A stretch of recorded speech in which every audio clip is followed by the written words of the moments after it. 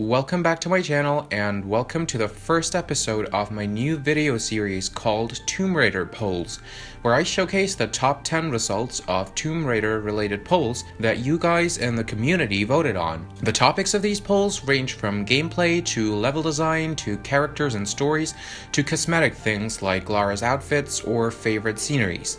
I post the links to the polls on various social media like my Twitter, Tumblr, and Facebook pages, as well as in the respective thread on TombRaiderForums.com, so make sure you follow one of them to never miss out on the recent poll. For the first episode, I asked you guys what your favorite actual tomb in the Tomb Raider series is. Now, I limited the options in the poll to actual functional tombs, meaning structures that were built as burial sites and intended for entombing human remains, rather than just miscellaneous ancient structures like temple sites or ruins that are also often referred to as tombs in the Tomb Raider community. I also only included tombs from the main series and omitted all mobile games, spin-offs such as the Lara Croft series, as well as DLC and the gold expansions of the classic games, simply because they aren't as popular and I figured not enough people have played them. However, depending on the topics of future polls, I might include every single game for the sake of completion and fairness. Now, without further ado, here are your top 10 tombs in the Tomb Raider series. Tomb number 10. The rock-cut tombs on the Black Isle from Tomb Raider Chronicles. On her trip to the eerie Black Isle off the coast of Ireland, a young Lara Croft finds herself exploring an abandoned town haunted by a variety of demons and other supernatural entities. Between the town and old castle ruins, she stumbles upon a path with a number of rock-cut tombs containing sarcophagi on each side. There is a chance the tombs on the island could date back to its original Celtic population or to medieval times, like most other structures such as old castle ruins, a church, and tunnels do. As Lara explores the graveyard, she locates a hidden passage, revealing that the tombs are close and connected to a nearby church. In terms of gameplay, the tombs don't play a big role in the level, and Lara doesn't stay for long, but the eerie atmosphere has a lasting effect on the player. Tomb number 9. The Great Pyramid from Tomb Raider: The Last Revelation. In the fourth installment of the series, Lara visits one of the most famous and certainly one of the most imposing tombs on our planet, the Great Pyramid of Giza. This 4,500-year-old structure once held the remains of Pharaoh Khufu. On her quest to stop the vengeful mythological deity Set that she accidentally freed herself, her last stop brings her to this wonder of the ancient world. Where the real Pyramid of Khufu only contains a set of corridors leading to the burial chambers of the pharaoh, the Tomb Raider equivalent leads Lara deeper down into the structure, where, after surviving a couple of deadly traps, the Temple of Horus at the bottom of it is revealed. This tomb is a lot more explorable and tied to various gameplay challenges like traps, puzzles, and enemies to fight. Ironically, Lara almost ended up being buried in this tomb herself, as she wasn't able to escape the falling debris after the pyramid had started collapsing.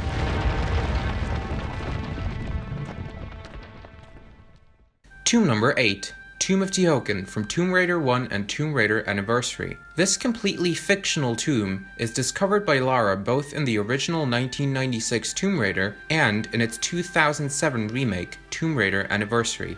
Located inside and at the very bottom of one of the giant rock formations in the Meteora Valley in Greece, this tomb is the final resting place of one of the fictional rulers of Atlantis, a long-forgotten civilization in the Tomb Raider universe.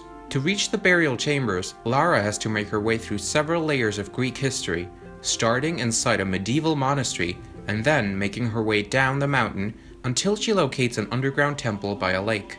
This ancient temple contains Tihocan's sarcophagus.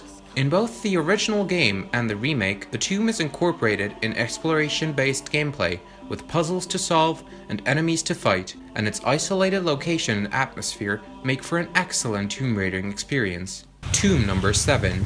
King Arthur's Tomb from Tomb Raider Legend. Arguably one of the most clever design choices in the franchise. In this level, Lara starts out in Professor Worth's King Arthur Museum in Cornwall, England. The museum was built at the exact same spot where a tomb was discovered years prior that, for a while, was believed to be Arthur's. It was proven to be fake soon after. but the name giver of the museum, Professor Worth, believed that the burial site and the sarcophagus were placed there by the king's contemporaries to lure thieves away from his actual tomb. However, Lara thinks that King Arthur's real tomb is in fact beneath the museum, and she is right. She destroys one of the walls, and the entrance to King Arthur's actual tomb is revealed. The following level takes place inside the tomb, and the player has to avoid multiple deadly traps, and has to solve a variety of physics-based and platforming puzzles to reach the imposing mausoleum containing the graves of the real King Arthur and all of his knights. I've no doubt about the authenticity of this tomb, Alistair.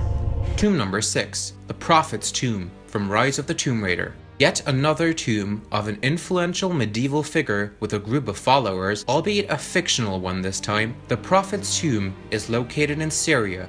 The Prophet of Constantinople, who later became the Prophet of Kitesh, was a powerful religious man who possessed the so-called divine source that granted him miraculous healing abilities. When the Vatican got wind of his deeds in the Byzantine Empire, they sent out the Military Order of Trinity to hunt him down. The knights tracked him down in Syria, where they temporarily killed him.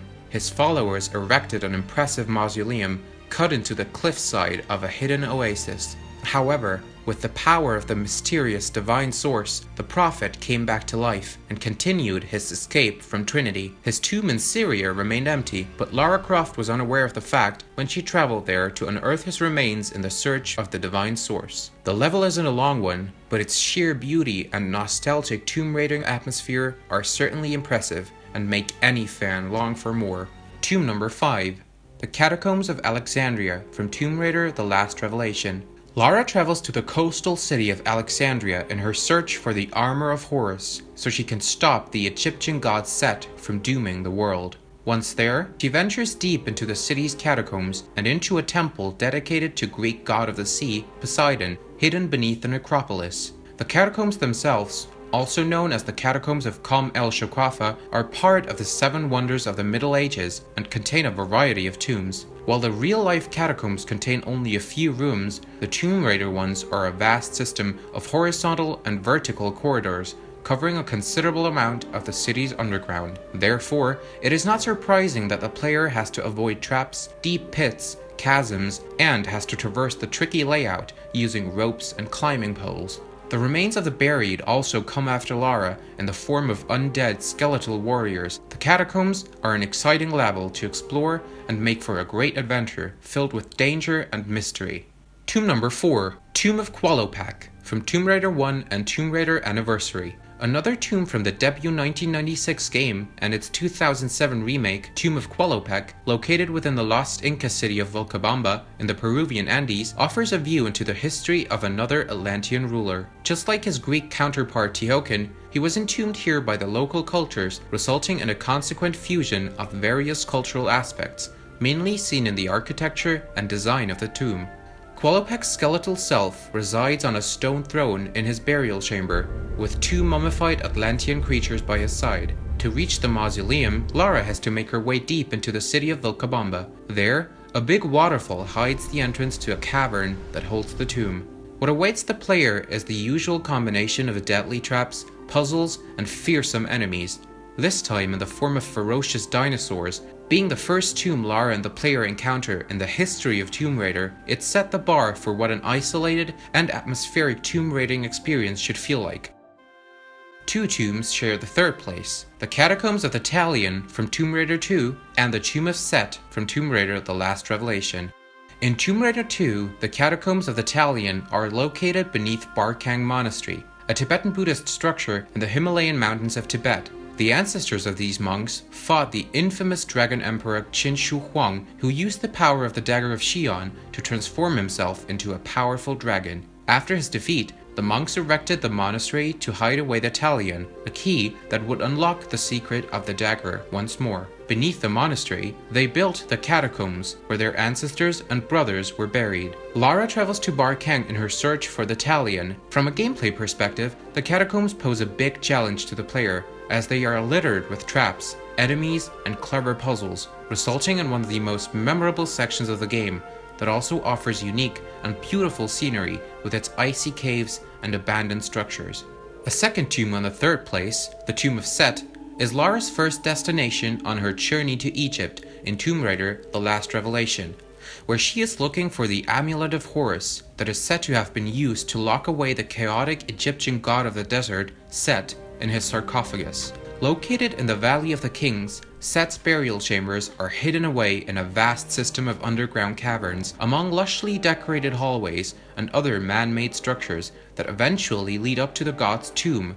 This time, Lara isn't alone, and instead explores the grounds with her extremely trusty local guide by the name of Ahmed Ben Trail. Lara finds the sarcophagus itself and removes the Amulet of Horus that was used to lock it, accidentally freeing the god and starting the apocalypse in the process. With the amulet in her backpack and the burden of the entire world on her shoulders, she finds another way out of the tomb that leads her straight into the Valley of the Kings. Easily one of the most memorable tombs in the franchise, it is riddled with traps, mummies woken from their slumber, deadly scorpions, and wild hounds. The caverns and halls are dark, eerie, and haunting, and the stunning, untouched, and beautifully adorned architecture of the burial chambers leave anyone who enters in awe.